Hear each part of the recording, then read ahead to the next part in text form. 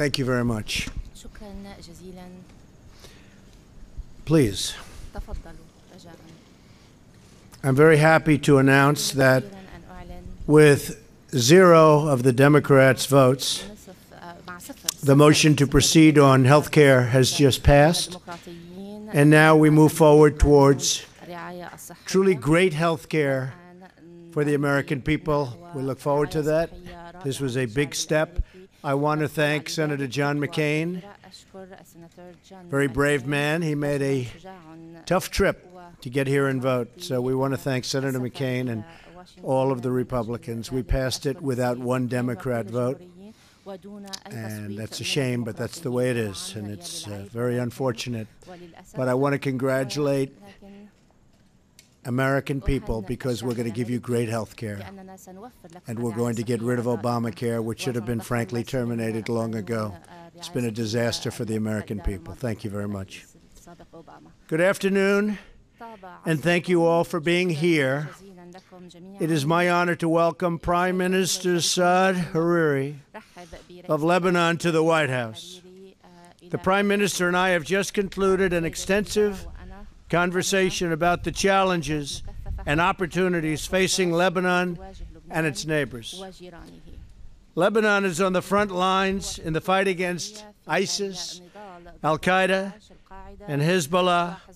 The Lebanese people of all faiths are working together to keep their and you know this, and we've been discussing this at great length, their country safe and prosperous. They love their country, and they're going to keep it safe and prosperous.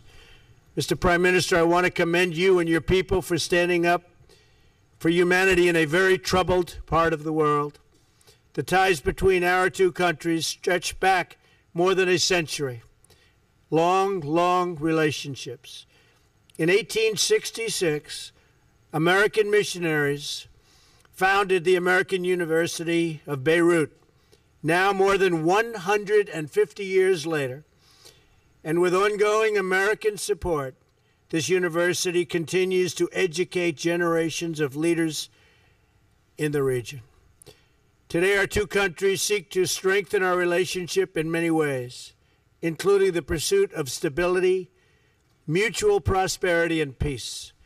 What the Lebanese armed forces have accomplished in recent years is very impressive. In 2014, when ISIS tried to invade northern Lebanon, the Lebanese army beat them back. Since that time, the Lebanese army has been fighting continually to guard Lebanon's border and prevent ISIS and other terrorists, of which there are many, from gaining a foothold inside their country. The United States military has been proud to help in that fight and will continue to do so. America's assistance can help ensure that the Lebanese army is the only defender Lebanon needs. It's a very effective fighting force. Threats to the Lebanese people come from inside as well. Hezbollah is a menace to the Lebanese state, the Lebanese people, and the entire region. The group continues to increase its military arsenal, which threatens to start yet another conflict with Israel, constantly fighting them back. With the support of Iran, the organization is also fueling humanitarian catastrophe in Syria. Hezbollah likes to portray itself as a defender of Lebanese interests, but it's very clear that its true interests are those of itself and its sponsor, Iran.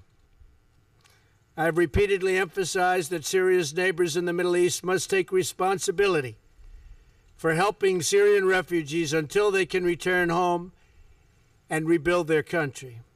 The Lebanese people have led the way, accepting more Syrian refugees per capita than any other nation. It's not even close. I want to thank the Prime Minister and the Lebanese people for giving shelter to those victimized by ISIS, the Assad regime, and their supporters and sponsors, and pledge our continued support to Lebanon. Since the start of the Syrian crisis, the United States has helped Lebanon support Syrian refugees with clean water, food, shelter, and health care. Our approach, supporting the humanitarian needs of displaced Syrian citizens as close to their home country as possible, is the best way to help most people. America is proud to stand with those who have the courage to stand up to terrorism and take responsibility for affairs in their own region. The reliance and resilience of the Lebanese people in the face of war and terror is extraordinary. We honor the citizens of Lebanon who are working to secure a future of peace, stability, and prosperity for their children. Mr. Prime Minister, I'm grateful that you're here today. It's a big day in our country because of the vote that you just heard about. We stood and watched the results on television before coming out, and you found it very interesting, I hope. Yes, I did. And very important. I look forward to working with you to strengthen our partnership and the enduring friendship between the American and Lebanese peoples. Thank you very much, Mr. Prime Minister. Thank you. Good afternoon. I had the honor and the pleasure to hold a very good meeting with President Trump. I appreciate his leadership and the United States leadership in the world today. We discussed the situation in our region and the efforts we in Lebanon are making to safeguard our political and economic stability while combating terrorism. I thank President Trump for his support to our army and security agencies, as well as his support to UNIFIL maintaining peace and stability along our southern border, where our government is committed to the United Nations Security Council Resolution 1701, as well as all resolutions. We also discussed the pressures Lebanon is facing as a result of 1.5 million Syrian displaced in our country. I outlined to President Trump my government vision for dealing with this crisis with the support of the international community. We also discussed economic prospects in Lebanon and our government's effort to jumpstart inclusive economic growth with a particular emphasis on job creation. I thank President Trump and the United States of America for their support to the Lebanese people, striving to keep their country a model of moderation, dialogue, coexistence, and democratic governance in our region. Thank you. Thank you very much.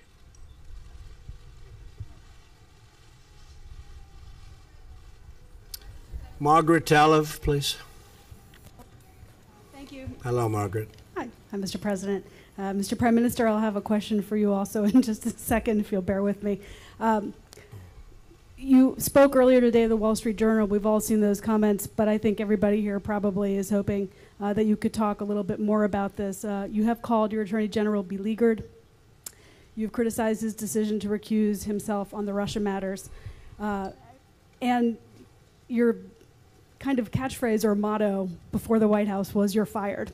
So I'm wondering if you would talk to us a little bit about whether you've lost confidence in Jeff Sessions, whether you want him to resign on his own, whether you're prepared to fire him if he doesn't, and why you're sort of letting him twist in the wind rather than just making the call for him. Thank you. Well, I don't think I am doing that, but I am disappointed in the Attorney General.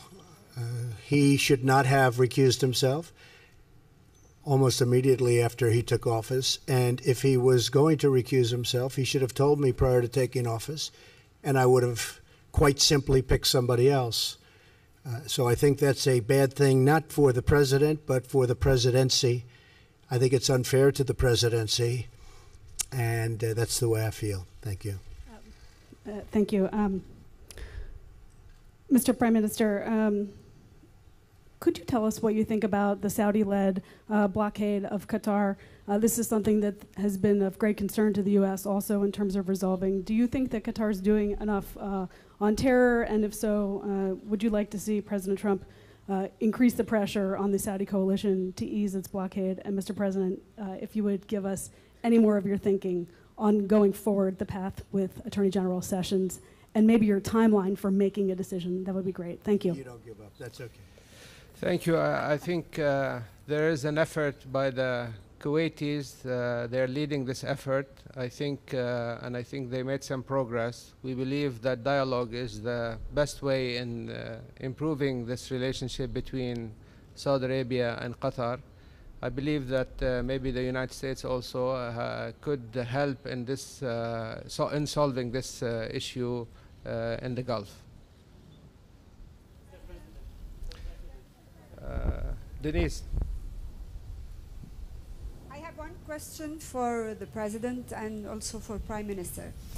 Congress introduced additional sanctions against Hezbollah last week. What is your position towards these sanctions and on the role of Hezbollah is playing in the region and Syria? I'll be making my position very clear over the next 24 hours. We're going to see what is exactly taking place. I have meetings with some of my very expert military representatives and others, so I'll be making that decision very shortly. Okay? And about his role in Syria and the region? Whose role?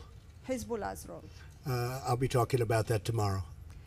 Prime Minister, ماذا سترد الحكومة اللبنانية على طلب الكونغرس الأمريكي بشأن العقوبات على حزب الله؟ نحن لطالما تعاوننا بأي موضوع من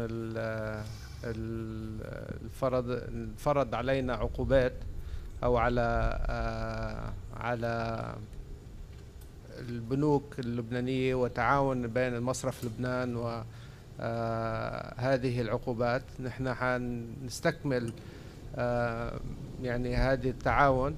نحن عم نقوم باتصالات بالكونغرس كمان، أيضا حيكون عندي عدة جولات بالكونغرس لحتى نقدر نوصل إلى تفاهم بالنسبة للريزولوشن اللي طالعة بالكونغرس. شكرا. Blake Berman, thank you.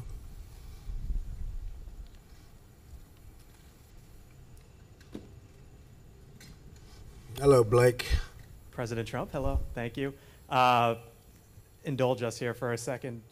أن تستمع إلينا. هل بإمكانك الشعب الأمريكي يريد أن يعرف هل تشعر بأن المدعي العام يجب عليه why should he remain as the Attorney General? And secondly, on a separate topic, with the healthcare vote that just came about, still a long ways to go. At what point do you feel that Republicans, if they can't get something done, should just say, you know what, we gave it a go, let's move on to tax reform instead? Thank you. I want the Attorney General to be much tougher on the leaks from intelligence agencies, which are leaking like rarely have they ever leaked before at a very important level. These are intelligence agencies. We cannot have that happen.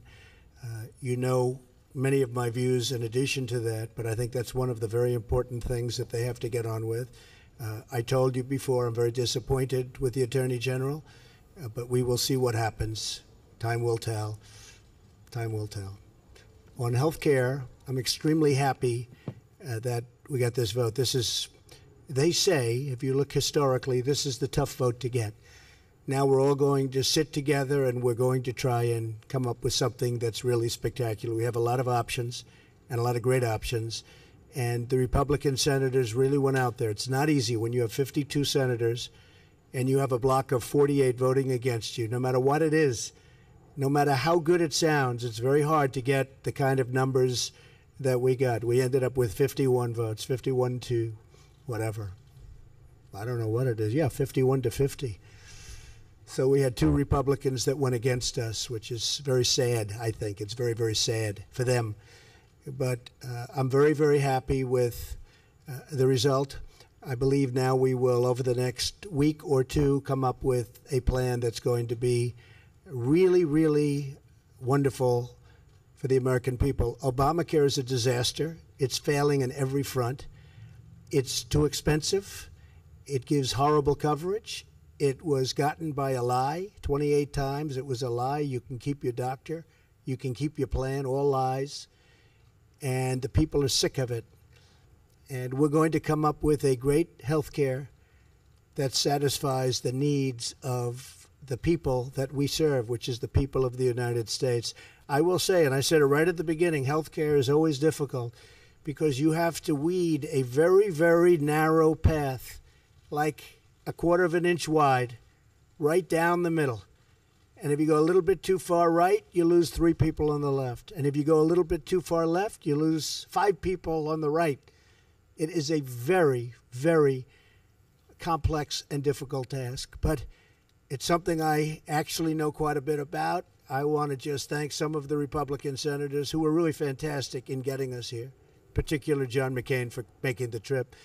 But I think you're going to have a great health care. This is the beginning of the end for the disaster known as Obamacare. Thank you very much. And, Mr. President. Mr. President, how can the United States help Lebanon cope with the massive number of refugees, of Syrian refugees, and is there a way you can help facilitate the refugees' return to their home country?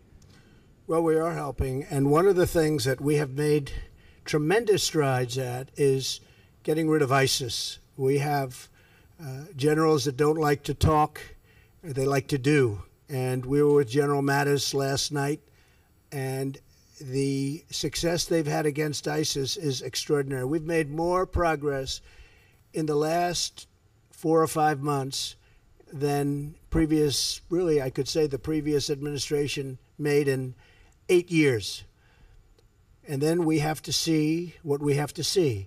But I will tell you, ISIS in Syria, ISIS in Iraq, ISIS in other locations, we have made tremendous strides. Our military is an incredible fighting force. And as you know, I let the commanders on the ground do what they had to do. Before, they used to have to call in this beautiful house and speak to people that didn't know what was happening, where they were, what locations, practically probably never heard of the countries they were talking about or the towns. I let the generals do what they had to do. And we have made tremendous plans. We were discussing it just before. We have made tremendous gains with respect to ISIS in Syria, Iraq, and other places. Thank you. Thank you. Dr. Rais. Assad? I'm not a fan of Assad, okay? He will tell you that because we hit 58 out of 58, or you could even say 59 out of 59 when we launched the Tomahawk missiles. No, I am not a fan of Assad. I certainly think that what he's done to that country and to humanity is horrible. So I have been saying that for a long time. I am not somebody that will stand by and let him get away with what he tried to do. And he did it a number of times when President Obama drew the red line in the sand. And then he should have crossed that red line because some horrible acts against humanity took place, including gas and the killing through gases. That was a bad day for this country. And I'd go a step further that had President Obama gone across that line and done what he should have done, I don't believe you'd have Russia, and I don't believe you'd have Iran to anywhere near the extent, and maybe not at all, in Syria today. Okay? Thank you very much. دولة رئيس السؤال لك كمان حكي كثير عن خفض الميزانية ميزانية الدعم الأمريكية للبنان بعد اللقاءات اللي عملتوها هل أنتم مطمئنين لاستمرار هذا الدعم خصوصي للجيش اللبناني؟ نحن مطمئنين إن شاء الله وكان في حوار واضح وصريح مع فخامة الرئيس وإن شاء الله الدعم للجيش اللبناني حيكمل مثل ما كان بإذن الله. حيكون دعم مثل الدعم السابق اللي كان يجي على لبنان للجيش اللبناني وللقوى الأمنية وان شاء الله يعني هيدا شيء الجيش والجيش الامريكاني والجيش اللبناني هن اللي بيقرروا بنوع الاسلحه ونوع التدريبات اللي هن بحاجه له. شكرا. Thank you very much, everybody. Appreciate it. Thank you. Thank you so much. Mr. Prime Minister, thank you.